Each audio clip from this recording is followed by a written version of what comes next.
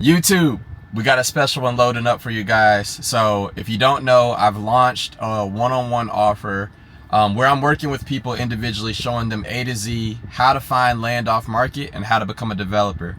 The first step in all of that is putting on a developer's lens and knowing how to look at opportunity the same way that a developer does. And to show you guys the proof of concept, I came up with a pretty interesting idea, and I have a special guest with me today. It's my mom. I'm gonna be showing my mom, guys, how to go A to Z, finding land, how to develop it, and become a developer. She doesn't have a background in real estate. She somewhat knows what I do, but she doesn't fully know what I do. But we're gonna start breaking that in today. She had some concerns about getting into real estate and what she had to know. So I'll let her share what were some of the things that you said, or what were some of the things you were nervous about getting into real estate. Well, mostly the measurements of the land and how that all sets up in order to put something that's new on it. Mm-hmm. And when people speak to you, the zoning and how does the zoning line up with the measurements? Right. Yeah. Which is a common question that a lot of people have, but not a concern that should stop you from getting in, right? And she just mentioned basically the math aspect. She said, what you said, what about math? How it lines up with the land in the zoning. Right. Like if it's accurate, or like, which do you go to first to find out exactly how much land you have? Right. Like, do you have to have someone come out and do the zoning, or do you trust to go online and look at it, right, and pull it up and see, exactly what the measurements are, right, as far as developing something? Yep. So you can see some of the zoning. You can see the lot dimensions, which is the size of the lot, online. Okay. To a degree. Some of it could be off a little bit, and we'll talk about that today. Okay. But you send a surveyor out there to get the most accurate dimensions of your lot. Right. They'll go out there and measure it and stake it out for you. So we'll mark it off. Exactly. Okay. We'll dive into that. I had to bring that up because she said something about, she's like, I'm a little bit nervous about the math. I was like, well, oh yeah. I said, Ma, you saw my report cards growing up. I don't think I ever had more than a C on a report card. So, and she taught me math, obviously. So I was like, if you good teachers, I just made sure you got to school, and that's all I made sure. Look, if she could teach me math and get me to where I am today, I'm sure I can get her to find her first lot. So I'm taking you guys along with me. 2 plus 2, that's what it was. 2 plus 2. We're gonna figure it out. Yeah. We're gonna figure it out. So we're about to head to a couple sites. I'll pick you guys back up as we get closer that way. And we're off on the journey to finding and getting your first land under contract. She's seeing dollar signs already. Yeah. Yeah. All right. We'll see y'all here shortly. I'm back. So we had some good questions and stuff popping up before we got to the destination. But we're talking about, and this goes into having a developer's lens and mindset, and that's breaking limiting beliefs. So the area or the town my mom lives in is right outside of Charlotte. So it's a suburb city of Charlotte, and there's tons of infill development going around. But you said something about it being like Shark Tank out here. What are you seeing going on in the area? A lot of high-end investors coming in and remodeling, and a lot of people are, just picking up properties and land. There's a developer out here. I don't know if he's into it, or if he's an investor or what, but he's building townhomes like in sets left and right, and he leased out one set and he just sold 2 others. Yep. So the competition is getting thick. So that's a great perspective. You see right now development in the area, investors moving, townhomes being built, some being rented, some being sold, and you see competition getting thick, but you're just getting started. The way I see it is opportunity is growing, because that means there's a lot of development in the area, but that means it's going to be even easier to find my opportunity because there's proof of concept already. You're not going out in an area where there's no development and trying to figure out if you're going to be the first person to make it work. There's already proof of concept with places being rented, places being sold, And if the same investor is out here doing multiple deals, that means he's got an appetite to do more. Okay. So even if you weren't going to build on the first lot you locked up, you could sell it to that company. Okay. But you got to have the perspective of opportunity versus competition when looking at it. So that's one of the limiting beliefs and just mindset of having a developer's lens. The other aspect is there's going to be remodels and stuff like that. Right now we're looking at development. So everything we look at is going to be at the purpose of the land. And we're going to talk about that more when we get to the site. But wanted to share that with you guys because you got to make sure when you're starting something, whatever it is, you break the limiting belief of what you know and pretty much just start from scratch. You got to pretty much take everything you've learned and put it to the side while you're picking up a new skill. Yeah. Because sometimes we get in the way of ourselves with what we know and it prevents us from getting to the next level. So that's very true. Yeah. I don't want that to be my stumbling block for sure. So I'm very open to learning something new. Yeah. And the old saying goes, you never get too old to learn something new. So there you go. So we're just about to find out. we're about to find out. We're calling Aja, my first mentee. She doesn't know it. Hey. Aja, Hey. what's up? What's going on? I got you on, I'm on YouTube, or I'm shooting a YouTube video, and I got my mom in the passenger seat. So I'm teaching my mom the same process I taught you. I'm showing her how to find land and how to become a developer just like you did. And wanted to call you real quick so you could share a little bit about your experience. Let her know if you started in real estate. She's nervous, so I wanted to bring you on to share your experience. Oh, yeah, trust me. I was nervous too at first, but once I got more comfortable, my main thing was just talking to people because I'm not like a people person and I don't do social media, I don't post, but I've got more comfortable now since I started the mentorship and searching the GIS, I'm more comfortable with that now. Yes, but starting off, I was nervous as well. I was, but we have to invest in ourselves. That's the main thing. So. Yeah. Oh yeah. Most certainly. Yeah. What did you do at 11 this morning? Oh, okay. At 11 this morning, I had actually went and signed the contract. So I found a lot on the GIS, and then I had stick traced it. He was asking $52K for it originally, and I was able to talk him down to $46K. And got everything signed in. I didn't have to put no money down for due diligence. And yeah, that was like really, really exciting. Well, congratulations. That's really exciting. Yep. I'm like, this might have been the best call today right here. Like, yes. It took you a week to find that contract, right?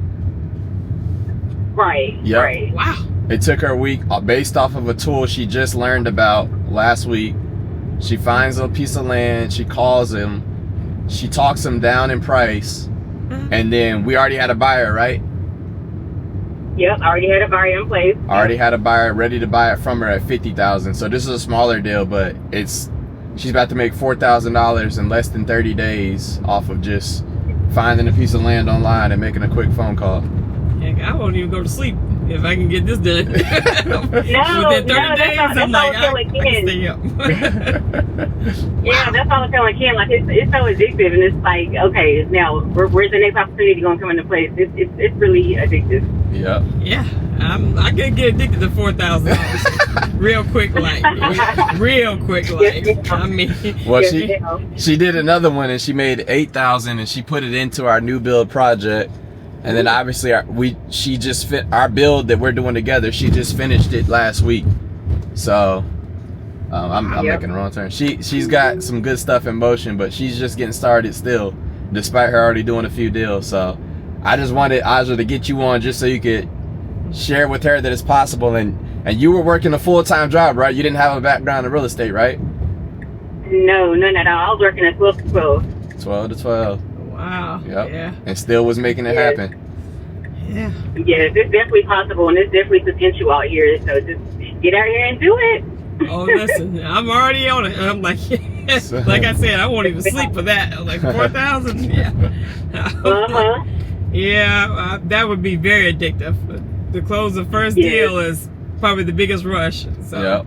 It's always the first deal is always the biggest one. So, all right. So we've made it to the first site, one of my projects that I have going on. Ma, what do you see right now looking at this house? I see good framework. Good framework. Yeah. Yep. And a lot of potential. A lot of potential. Yes. I see a lot potential when I look at stuff like this. So that's how I was able to find this piece of land. Before this house was here, there was another house here, kind of similar to the one next door. Oh. And the way I found it is by being in a Facebook group with real estate investors. Oh. Somebody posted that they were trying to sell the house for $50,000. And what I did was end up messaging him and asking if he could do $5,000 less than what he posted it for. And luckily for me, this guy actually did a trash out on my very first flip that I did. So he remembered me and was like, I'd be willing to do that. I put it under contract and ended up buying this house. Now buying the previous house. Wow. I didn't need any of my own money. Okay. I didn't spend money to find it. All I did was go on Facebook and look at an opportunity. So that's how I acquired the deal. But to take it even a step back further is just understanding what was here before I bought it. And that's the land. Right. So when we look at land, the first thing that we're trying to do is understand a few things. Do we have access to the land? Does the land have utilities? That's electric, sewer, water. What the land is zoned. Like what can be done on the land. Is it commercial? Is it residential? And if so, what's required of it? And then we want to see what comparables are going on, meaning are there new construction homes in the area? Okay. Which you can't see, but just over yonder, you see that? Oh, yeah. Yeah. That house right here. Yep. Nice. There's a new construction home right around the corner. There's actually two of them side by side. Oh, wow. And then there's some other new constructions, but you can see the area is not luxury, but there's opportunity. There's land around, and that's what made me jump forward on this one. So all you have to do when you're looking at opportunity like this is when you see new construction houses, just know there's opportunity in the area. Okay. So that's exactly what I did. That's how I ended up putting this lot under contract. But again, I checked off a few things first. What the zoning was, did I have access to the land? Right. Did I have utilities? And where there's some homes selling nearby. And all of those boxes checked off. And so when you say access to the land, were you going to be able to close on the purchase? Or that's a great question. So when I say access to the land, that means what are we standing on right now? Asphalt.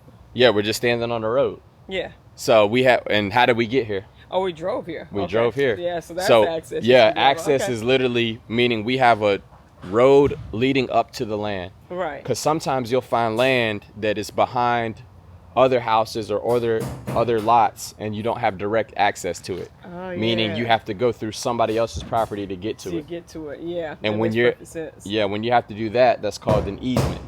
It's called a what? An easement. Easement, okay. So we always ask, are there any easements on a property when we're talking to sellers? And I have a land due diligence checklist that she's going to be getting, and I give all of my clients. So, that due diligence checklist is going to teach you exactly what to check off when you're talking to somebody that owns land and you're looking to make an offer on it. Okay. So we'll walk through all of that stuff, but today I just wanted to get you on site so you could see an active development project. I bought this one, I think at the end of January. Took a little bit of time to get our permit because one, we couldn't find one of the taps that we covered up. That took a few extra weeks. We found it and got back on track. And we broke ground on this build about 2 weeks ago. About 2 weeks ago, and now we're framed up. They're doing the rough plumbing today. We're gonna walk through here and just get a quick visual, but yeah, that was a great question. Is there any other questions or any things that come to mind looking at this property? You said the taps. Taps, yeah. Like what's the taps? Great question again. So taps are your sewer and water. So Okay, well, Yeah, duh. So you yep. can tap into it. Okay. Yep, you got to tap into it. And when you're so luckily for me, and why I bought this house a little bit higher than I would normally buy a piece of land, is taps were already in place.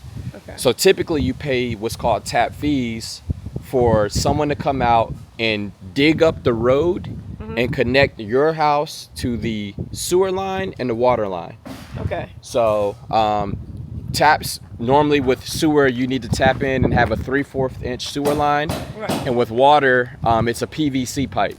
Right. But typically you're dealing with asphalt. So somebody's got to come up and dig this asphalt up to connect your utilities. Oh. And you can see right here, this is where my existing water meter ran. Yeah. So it's right down in here. Now that's going to be connected, or is connected, straight to our house. Wow. And then our sewer line, I think, is on the other side.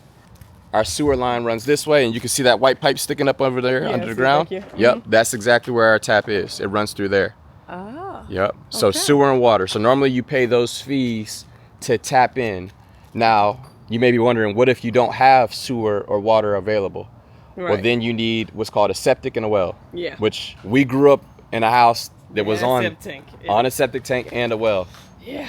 Why you- Yeah. Oh yeah. You don't like septic? And no, because when that pump went out, it was not pretty. So- I'm like, yeah, they don't need to know me like that. Well, and if you're a developer already, you already know we don't like septic. We rather deal with public utilities. Yeah. There are some general contractors that want to do septic because they control the process, but city utilities are always preferred. And when you're building a house on a septic tank, you have to get what's called a perk test done. And that's to test the soil to see what it's suitable for to hold. So it may Right, not be makes suitable to hold a septic tank at all, Right. and you have to bring dirt in.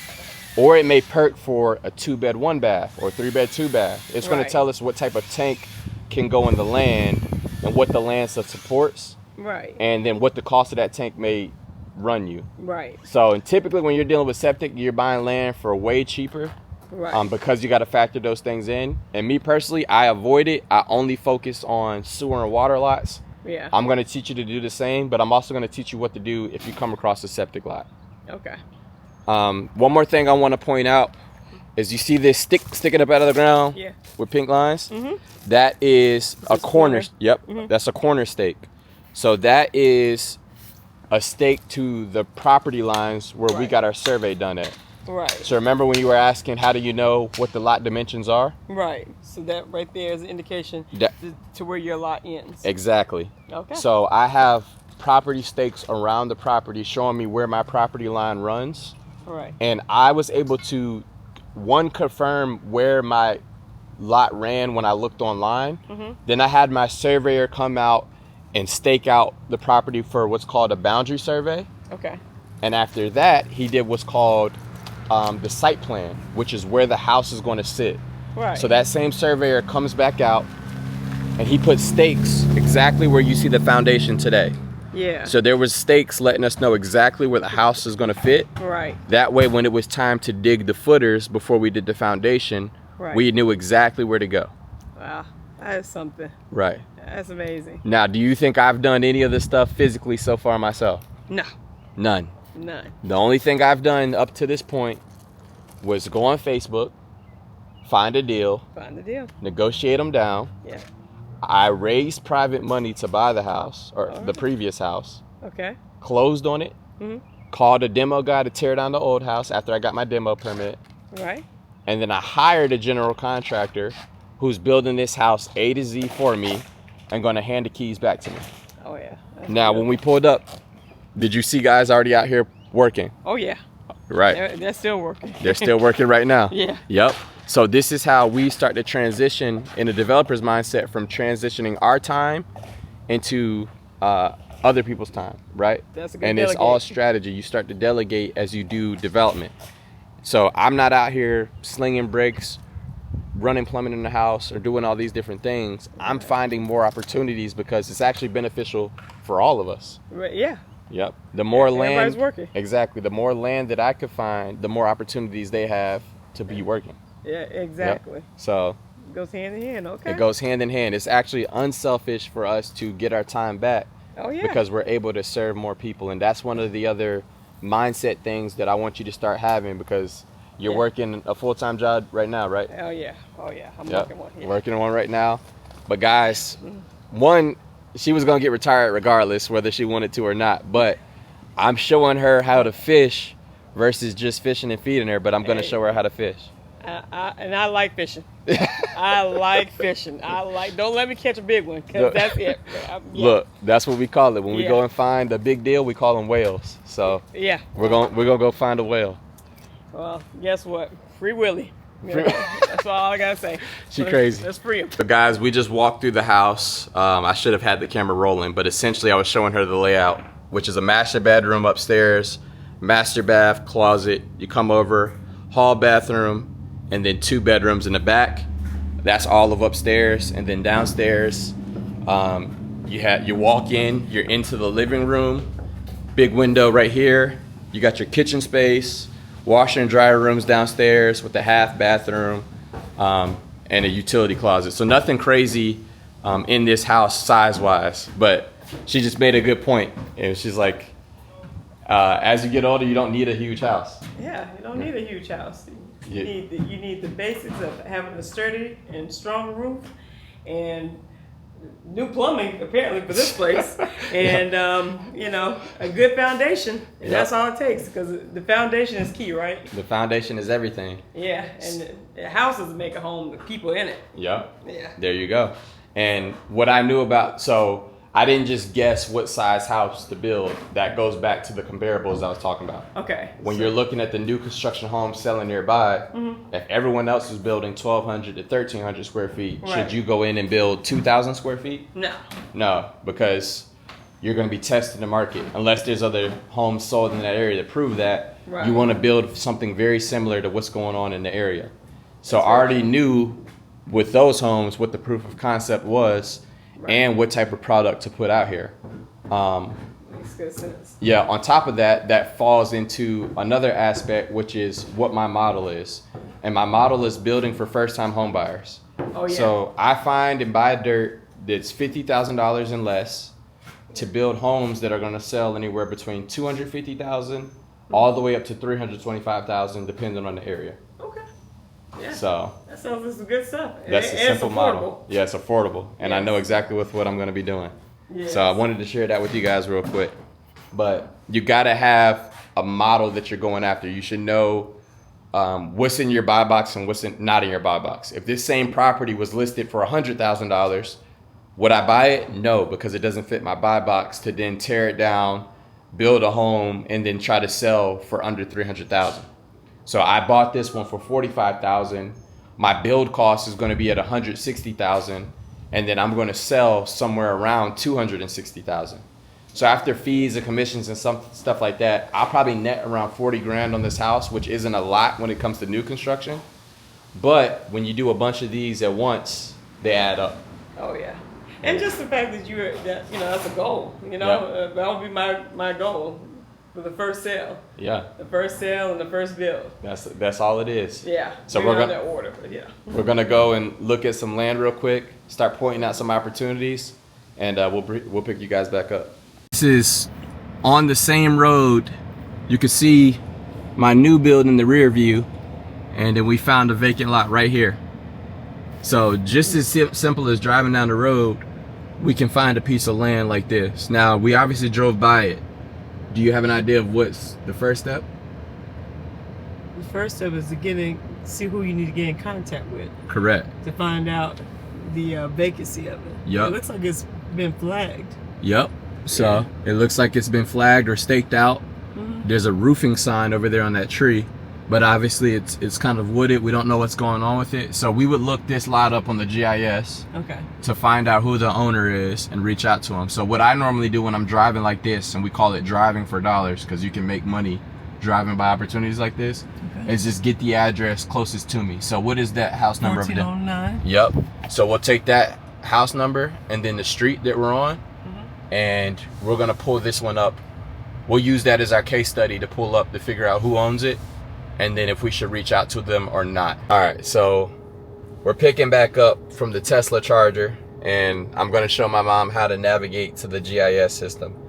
So while we were driving, we pulled up, we saw a vacant lot that I just showed you guys, so we're going to use that as the case study. So when you're pulling up any GIS for the county, we were in Gastonia. Do you know what county Gastonia is in? Gaston County. Yep. Yeah. So you type in Gaston County GIS. Boom. And it'll literally tell you what the GIS site is. So I click on this website, and then it's going to say map website, data website, or mobile website. Obviously we're on a computer, so we can click map website. And then you're going to see the entire map of the area. So this is all the surrounding cities: Gastonia, Bessemer City. Half of Kings Mountain is in Gaston County. The other half is in Cleveland County. That's some new one. Delview, High Shoal, Stanley, all these areas you can see. Right. So I had you, when we drove by that lot, pull out your phone and take down the address and the notes. You want to pull that one, or you remember it? 1409. 1409. So this, just to backtrack, you have a search bar up top. Yeah. And you can search by address, the owner's name, a parcel number, or a street name. And you can just change these categories. Okay. So that's step one. So we'll type in the address. It's 1409 Rankin Ave. So it'll pop up. We can click on it. So when you click on an address, the first thing that's going to pop up is this little box here. And that's the property information. It's going to show you who the current owners is, which this one is owned by an LLC. Yeah, I see that. So off the gate, when I see LLC owned properties, I don't deal with it, because they're probably an investor. Oh, yeah. Or they're more savvy than somebody that has it in their personal name. Yeah. So this one right here is not going to be a deal that we pursue, but for the sake of it, we'll continue to look to see what's going on. So it'll show you where the mailing address of the owner is. So if this was just somebody else, we would see where they live, essentially, or where they get their mail to, whoever pays the taxes. Okay.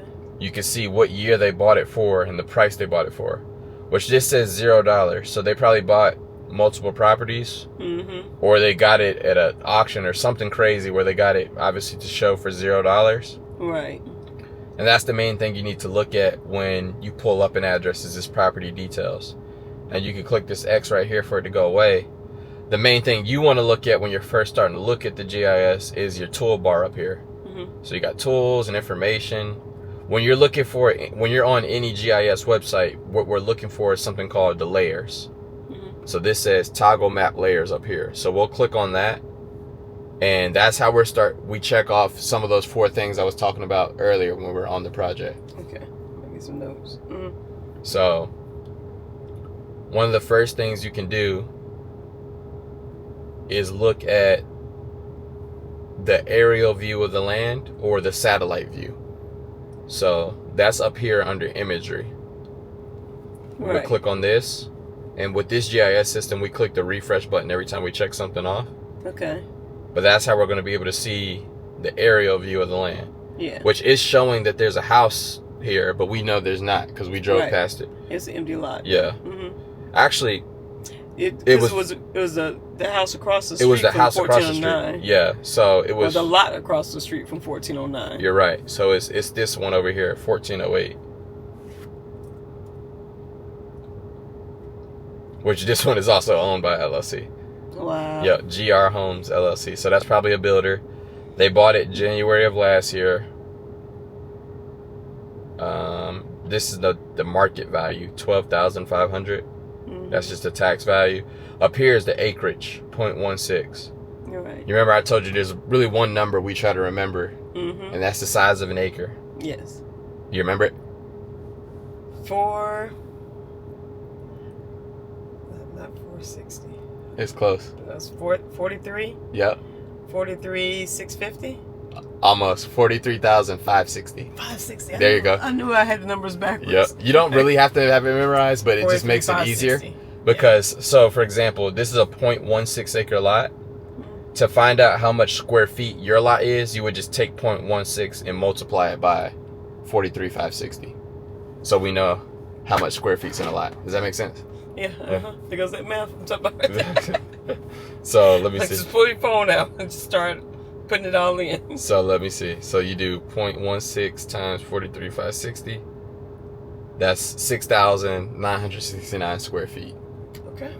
That matters for a reason, and we'll talk about that in a second.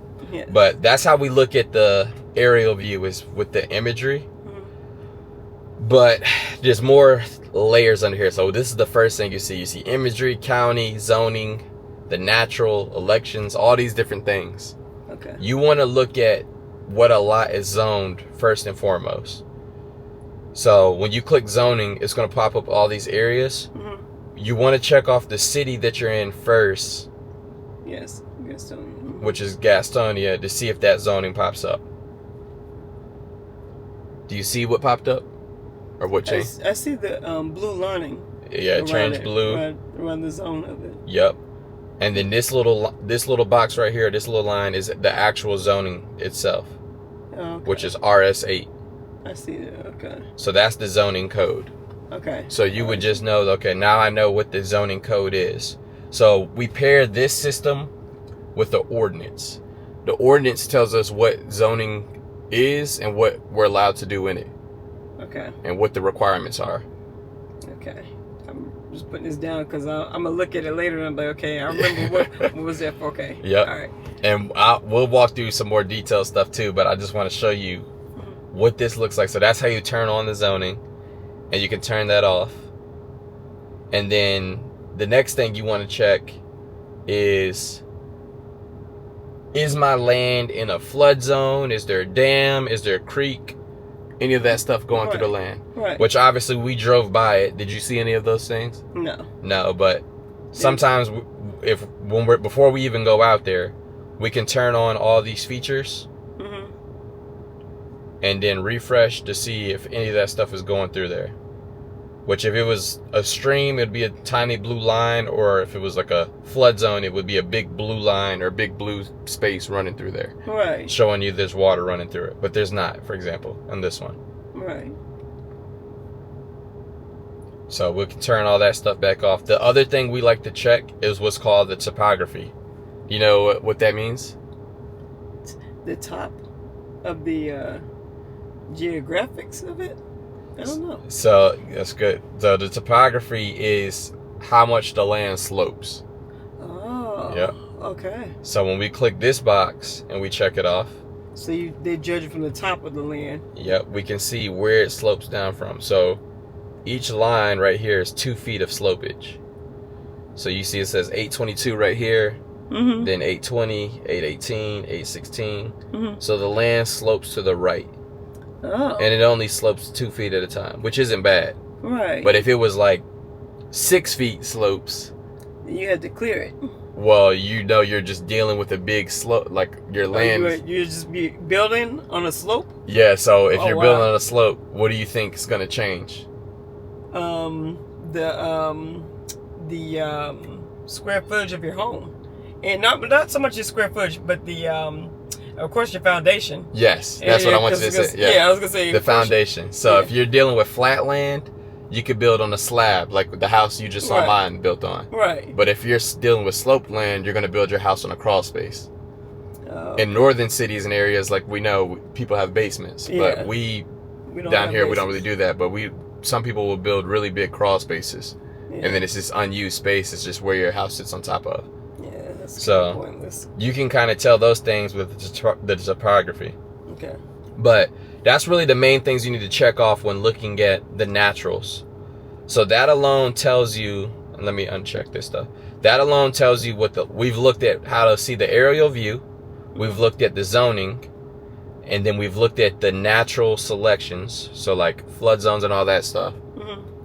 The next thing we want to take a look at is our lot dimensions. Okay. So that's under labels, which is the last tab here. So you have the acreage, the owner's name, the parcel numbers, which is like the parcel ID, not the dimensions. And then underneath it, it says parcel dimensions. You got it in black and yellow, depending on which one fits your eyesight better. Right, okay. So for the sake of looking at it, I'm going to turn the imagery back off so it goes back to the base map. So we just see that white map again. Right. But then I'm going to turn on the parcel dimensions Okay. and refresh it. Oh. See? So now we can see how wide our lot is and how deep our lot is. Okay, yeah. So how wide is it? It's 70 feet. Yep, 70 feet. Mm-hmm. And then how deep? It's 100 feet. 100 feet. And then when we look back at the math, our lot size was 6,969 square feet. Right. That's because we took the 0.16 that was on the deed Mm-hmm. and multiplied it by the square feet in the acre, Right. which is 43,560. Right. But if we take 70 by 100, which is just your basic length times width, Mm-hmm. we should get a very similar number, 7,000 square feet. Okay. So Just we like- were, if you don't have the actual acreage, Mhm. you can take the width and depth and multiply it by each other, and you'll have a ballpark of how big your lot really is. Okay. I'm gonna make that note down. That's a math note. That's a little math note. So Okay. that is how you get your dimensions, and that's how you know how big your lot is. Now we get surveys to determine how accurate this is, which normally GIS is about 95% accurate. Sometimes it's a little bit off. Okay. But I'm gonna stop the video here so we don't go into too much in this first episode. But I'm gonna bring and say this. So remember we looked up the zoning code Right. earlier on. You remember what it was? On here? You don't have to memorize it. Yeah. Was it Yeah. RS8? Yes. Yeah. RS8. There you go. Yeah. Uh-huh. So it was RS8. So that zoning code has a minimum lot width requirement Okay. and lot size requirement. Okay. And that's how you're able to determine if you're dealing with one lot or multiple lots. Okay. So let's say, for example, the minimum lot width is 50 feet for RS8, Okay. and you need 8,000 square feet for a lot. Okay. Is this a buildable lot based off of that? You need 8,000. Yeah, It's only gonna give you 7. exactly. Yeah. So that's the main two things we're looking for to determine if a lot's buildable or not. Okay. Do we have enough square feet, Right. and do we have enough lot width when we're Right. looking at zoning? Like, is it what's the word I'm trying to say? Is it I'm forgetting my train of thought. But if you could build on it, essentially. Yeah. Buildable. Yeah. If it's compliant, that's the word I'm looking for. Okay. You want to look for a compliant lot. Now, because it's an existing lot, this is just a side note, in this area, this lot would still be buildable because it's pre-existing to the new code. Right. But again, just for the sake of this, an example point, let's say we need that 50 feet, right? We're going to scroll over and look at this lot. How much width does this one have? 120. 120 feet. Mm-hmm. And I know this lot is not this big, but let's say this one is 16,000 square feet. Okay. Yeah. Do we have enough for one lot on this one? Yes. Do we have enough for more? Oh, yeah. We have to fit 2. Yeah. As long as we got enough lot width and enough square feet, Mm-hmm. we can do 2 builds. Yeah. So that's what makes or breaks a lot of deals, and where people that alone, Mhm. a lot of developers or I should say general contractors don't know how to do that. Well, They just know how to go and do what we just showed you, which is build a house. Yeah. They don't know how to do this component.